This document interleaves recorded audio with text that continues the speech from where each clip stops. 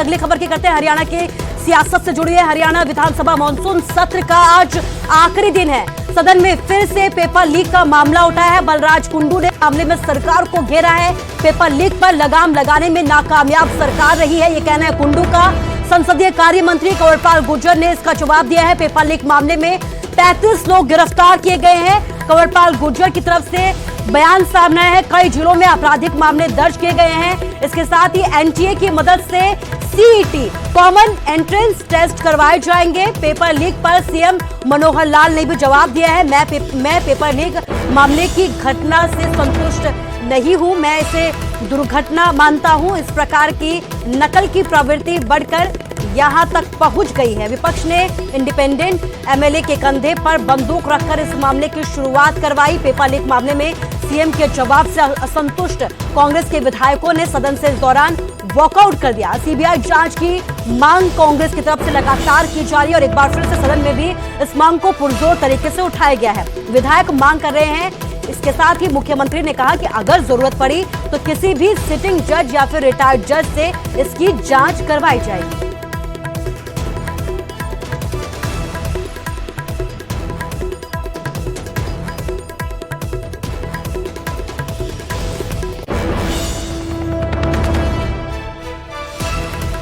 तो हरियाणा विधानसभा का मानसून सत्र जारी है। आज आखिरी दिन है। लगातार 3 दिन का ये सत्र था जो हंगामेदार रहा है। सदन में एक बार फिर से पेपर लीक का मुद्दा उठाया। पुरजोर तरीके से विपक्ष ने इस मुद्दे को उठाया, रोजगार के मुद्दे को उठाया, युवाओं की नौकरियों के मुद्दे को उठाया। बलराज कुंडू ने इस मामले में सरकार को घेरा है। पेपर लीक मामले पर लगाम लगाने में सरकार नाकामयाब रही है, ऐसे आरोप कुंडू इसको अच्छी डॉक्टरिंग मैं उसमें आपके माध्यम से सरकार को कहना चाहूंगा कि सेक्शन 3 है, सेक्शन 3 इन्होंने इस एक्ट का किया है।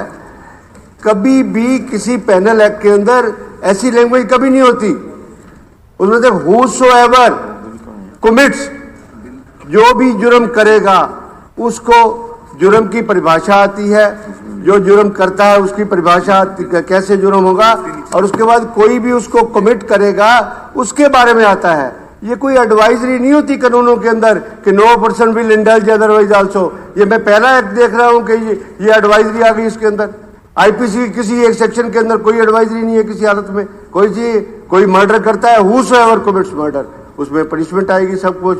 whosoever does the teaching, इसलिए मैं कह रहा हूं कि अच्छी ड्राफ्टिंग बिल होके नहीं आया है, ये हेस्ट में ड्राफ्ट हुआ है या किसी स्टेट की कॉपी की गई है। किसी स्टेट की जो स्टेट में आया है बिल आया है उसमें कॉपी की गई है इसमें। तो इसको इस चिंतन का आया है कि बिल आप दे तो बिल अच्छा बिल दें जिसकी लोग तारीफ करें कि हरियाणा में एक अच्छा बिल आया है, हम उसको कॉपी करें या कुछ है। ये राजस्थान का आया है, किससे आया है, दैट आई डोंट नो। उसके बाद सर एक और भी बात जो इम्पोर्टेंट बात है और जो मैं पार्लियामेंट्री अफेयर मिनिस्टर बैठे हैं उनको मैं इस बात के संज्ञान में लाना चाहूँगा कि इसमें एक ना सेक्शन 13 है सर। आज के दिन में इसमें 2 मिनट में कह देते हैं ये कुछ है, क्योंकि एक सिस्टम में हम गवर्न होते हैं, एक सिस्टम में हम विधानसभा में बैठते हैं, हम चिंतन करके उसको करते हैं, सब कुछ करते हैं। हमारी पावर्स हैं जो लेजिस्लेचर में, कॉन्स्टिट्यूशन में एक प्रिस्क्राइब पावर्स हैं, सब कुछ है। उसमें यह है sir, if any difficulty arises in giving effect to the provisions of this act, the state government may within a period of 2 years from the commencement of this act by an order published in the official gazette make such provisions not inconsistent. You are stretching the power of the legislature. इस act के अंदर आप ये करके कल को आप इस एक्ट में अमेंड होगी, सब कुछ होगा, स्टेट एक नोटिफिकेशन दे देगी, एक्ट में अमेंडमेंट हो जाएगी। Where our power, where the power of the legislature. अगर आपको लगता है, तकलीफ है कि शायद 2 साल में बीच में कोई कमी आ जाए, इस बिल में कोई कमी आ जाए, कोई नुक्स आ जाए, हम इंप्लीमेंट नहीं कर सकते, then you move the amendment accordingly. आपने तो influence unbridled power and this is the amount to a extra jurisdictional delegation of the power to the state, which is not permitted according to law. Law में ये permitted नहीं है। इस बात के लिए भी आप एक बार इसको स्टडी करवा लीजिए। मेरी मुख्यमंत्री जी से ये रिक्वेस्ट है कि इस बात के लिए अपने एलआर का ओपिनियन लीजिए या एजी का ओपिनियन ले लीजिए कि इस क्लास में जो लेजिस्लेटिव में आप अपनी पावर्स ले रहे हैं, हमारे से पावर ले रहे हैं, उस पावर को आप ले सकते हैं कि नहीं ले सकते, इस बात का भी विचार होना चाहिए। इस बात के लिए कि सरकार एक नोटिफिकेशन पास कर देगी, एक एसीएस चीफ सेक्रेटरी नोटिफिकेशन पास कर देगा, फिर हमारा तो कुछ नहीं, हमने जो एक्ट पास कर दिया उस एक्ट पास में वो नोटिफिकेशन वही कानून बन जाएगा, इसके मुताबिक वही कानून बनेगा, फिर लेजिस्लेचर की पावर की।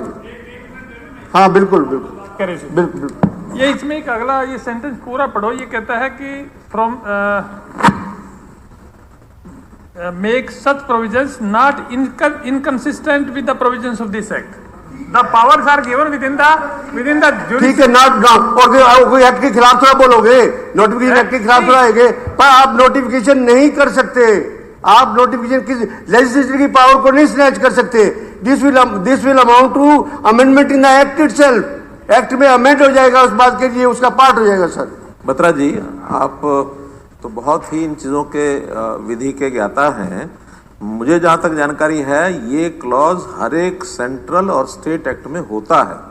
आप कोई भी एक्ट उठा के देख लीजिए, बल्कि अगर ये एक्ट में नहीं होगा तो उसमें कमी मानी जाती है। ये हमेशा होता है, 2 साल का प्रावधान है, बल्कि कहीं कहीं तो ये 3 साल का प्रावधान है।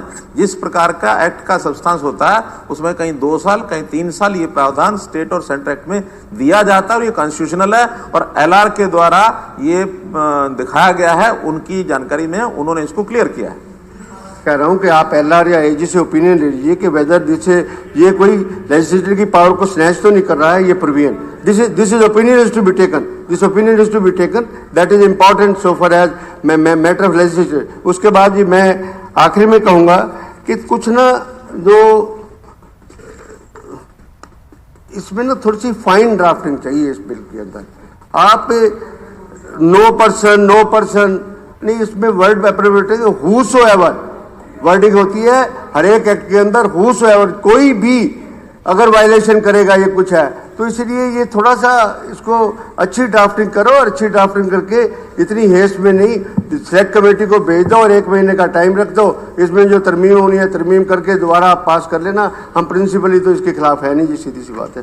थैंक यू स्पीकर साहब। वरुण चौधरी जी।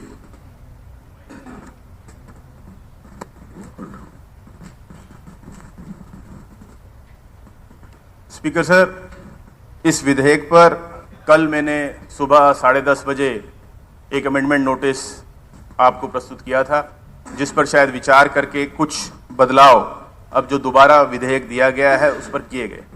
तो इसका धन्यवाद भी है सर कि इससे प्रदेश को, कुछ प्रदेशवासियों को लाभ होगा सर। लेकिन अभी भी कुछ जो बदलाव हैं वो अभी भी रुके हुए हैं सर। जैसे कि माननीय मुख्यमंत्री जी ने चर्चा में बताया था कि एक प्रक्रिया है, परीक्षा प्रक्रिया है, और हम यही चाहते हैं सर कि इस पूरी की पूरी प्रक्रिया को इसमें कवर किया जाए। पहले जो विधेयक सर आया था वो सिर्फ परीक्षा के उन 2 घंटे, उन 3 घंटों तक सीमित था।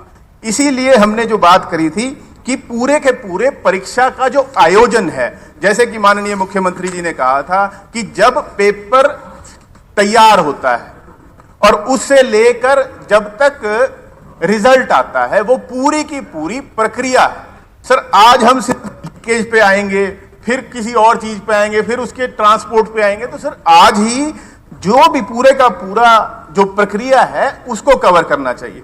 जैसे कि माननीय बीवी बत्रा जी ने कहा, मैंने भी यही प्रार्थना करी थी कि इसे सिलेक्ट कमेटी को भेजना चाहिए पूरी कवरेज करने के लिए।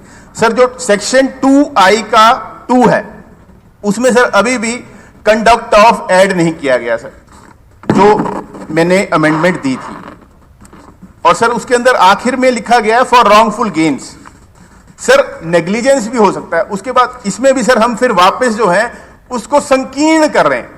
हम चाहते हैं कि ये जो विधेयक आए ये जितना खुला उतना ठीक है।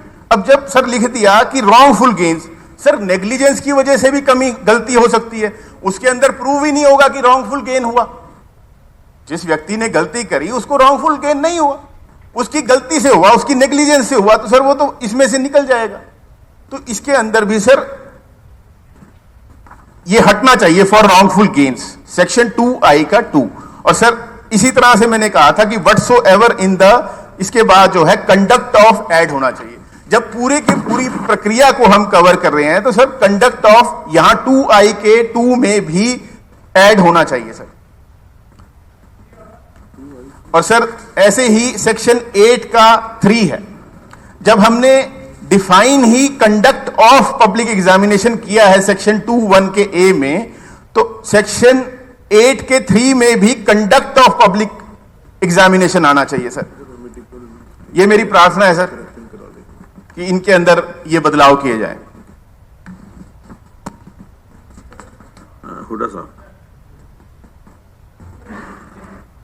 अध्यक्ष महोदय, जो ये Haryana public examination prevention of unfair means का बिल लेके आए हैं, इसमें मेरे को कोई एतराज नहीं। जहाँ तक जो नकल का लेके आए हैं उसकी सज़ा है, लेकिन जो इसमें इंक्लूड हैं बॉडी, जैसे इन्होंने 2(1) में, ये आप सी पार्ट देखेंगे तो Haryana public commission, Haryana state staff commission और यूनिवर्सिटी ऑटोनोमस बॉडी है। आगे भी आपने इंक्लूड कर दिया हमें ऑटोनोमस बॉडी। मैं ऑटोनोमस यूनिवर्सिटीज़ की ऑटोनॉमी पे हमारे को इंटरफेयर नहीं करना चाहिए। This will send bad president. Hindustan में कहीं नहीं है यूनिवर्सिटीज़ की ऑटोनॉमी। इसका मतलब तो यूनिवर्सिटी के जो लेक्चरर्स हैं उनको भी सबऑर्डिनेट एक्शन सेलेक्ट करेगा और HPSC करेगा, ऐसा कभी नहीं है, किसी भी स्टेट में नहीं है। हम सारी यूनिवर्सिटी में पढ़े हैं, इट हैज नेवर हैपन। तो मेरा ये है, इस बात के ऊपर विचार किया जाए या इसके ऊपर कोई अलग से कमेटी बनाई जाए। इस विषय के बारे में विचार करके जल्दबाजी में जो किया गया है, यूनिवर्सिटी ऑटोनोमस बॉडी में और यूनिवर्सिटीज़ को एक्सक्लूड किया जाए। बोर्ड है, कॉरपोरेशन है, वो आपके हैं।